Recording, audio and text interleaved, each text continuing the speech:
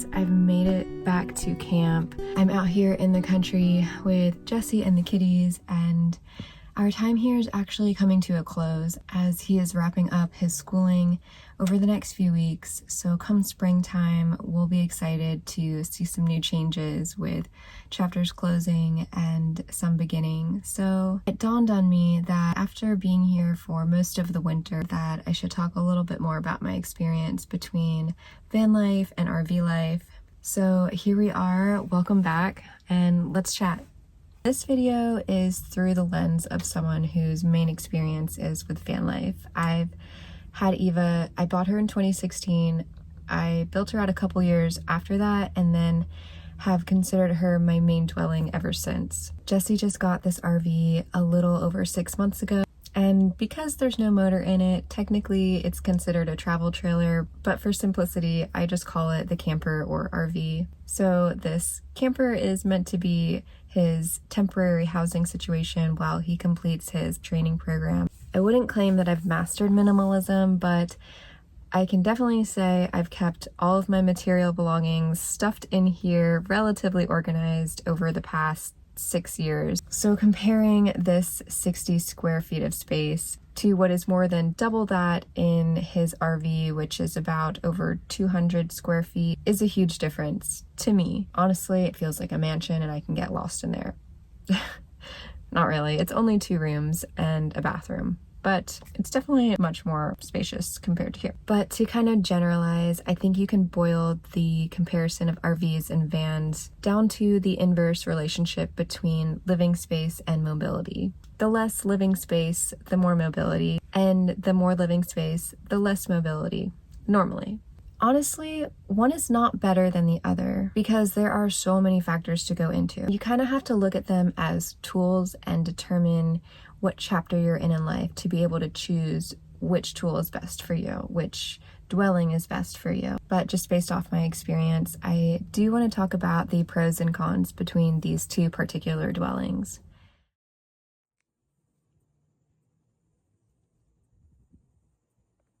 So the biggest pro of the RV is that it does just come completely kitted out with everything you need. It's essentially just a mini home in a box. And you get so much more livable space to move around in, stretch out. With this particular layout, there's a wild amount of storage that exists, and sometimes we will just open up the cabinet doors where there is nothing in there just so the cats can run in and out and play. When you walk in, there are 2 comfy recliners with a flat screen TV and a ton of storage space behind that. There's a complete full kitchen with a huge fridge and freezer combo, microwave, oven, ton of storage above and below. And then across from that is the comfy dinette that is surrounded by a ton of windows. The bedroom has a queen-size bed, storage underneath of that, storage above, and 2 closets on either side. Honestly, just more closet space than I could ever dream of. There's a sweet little bathroom with a barn-style sliding door. It has a pretty spacious shower, a vanity, and there's even a porcelain toilet. The other thing is that there is hot water, which is incredible to me because I'm just used to heating up a kettle, and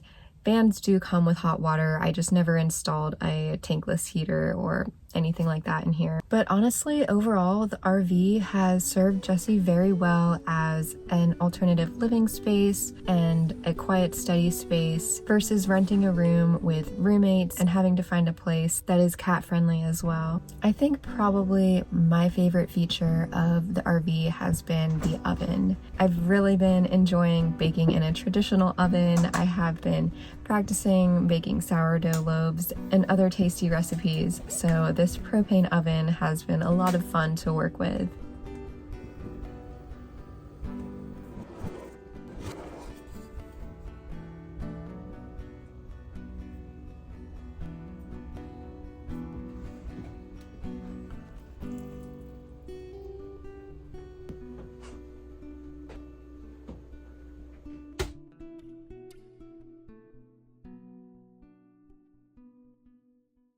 Now, when it comes to the van, honestly, the coziness of this space is just perfect for me. And with it being super compact, it is very convenient. If you need to get anything, it's normally within arm's reach or at least 2 steps away. With the size, it doesn't take very long to heat up, and it also stays pretty warm as well.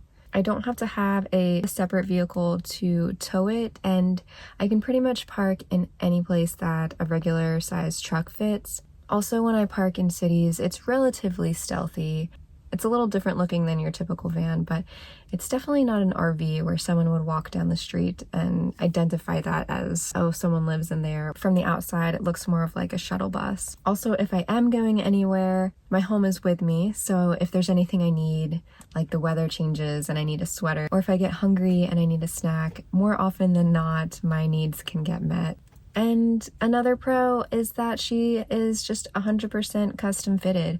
I designed and I built her out according to my needs at the time. So there is this sense of accomplishment every time I do come home and see my little nest.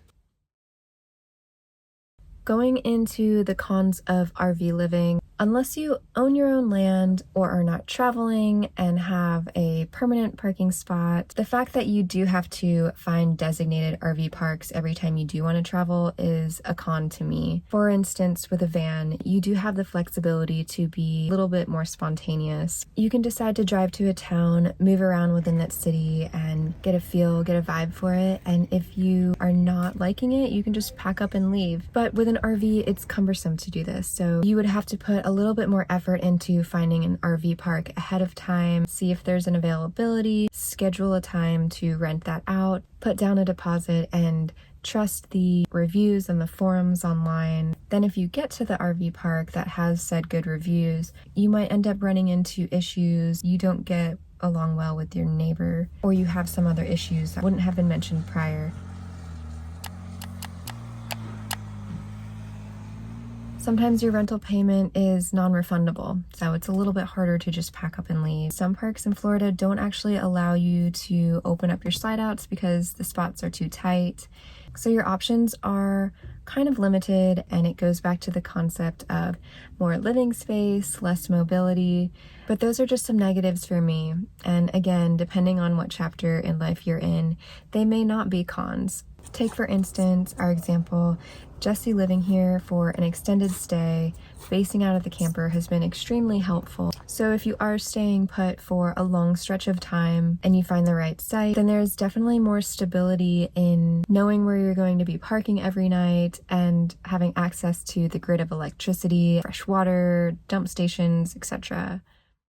Now, the biggest negative for me with the van is the fact that whenever you need maintenance done or you need to go to a shop because something broke, your whole zone and zen space gets turned upside down. When your home is your vehicle, you essentially become homeless and you have to deal with Airbnbs and Ubers, especially if you're in an area where you don't have a community nearby. And routine disruption is another thing. It is exciting having the ability to shift and adapt, but getting your basic things done is very time consuming. Having to find fresh water, going to the gym to shower, these things all add to your routine. And basically you have to go the extra mile, and everything just takes a little bit more time because it's not always constantly there. And that's why I've been thankful and I've been so grateful to actually just park the van to be with Jessie through the winter. Has been able to give me more time to focus on my work and editing videos and learning new research versus just dealing with basic things like hauling water. This van is very cozy, it's very comfy, but it is not a healthy amount of space to house multiple people full-time, in my opinion. If you're going for an extended road trip, you should be fine. But I do have to give it to the couples that live in one van full-time for years on end. It's possible, but it's not preferred, since I'm a big advocate of personal space to recenter and reground your energy, to be a healthier person, to have healthier relationships with other people. I've been so grateful to just park the van in an RV park, and now I feel recharged and ready for something different.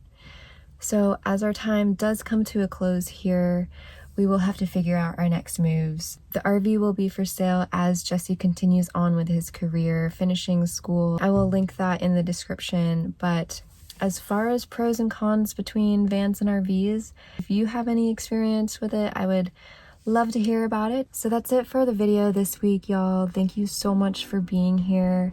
I will see you in the comments, and hopefully I'll catch you on the next one.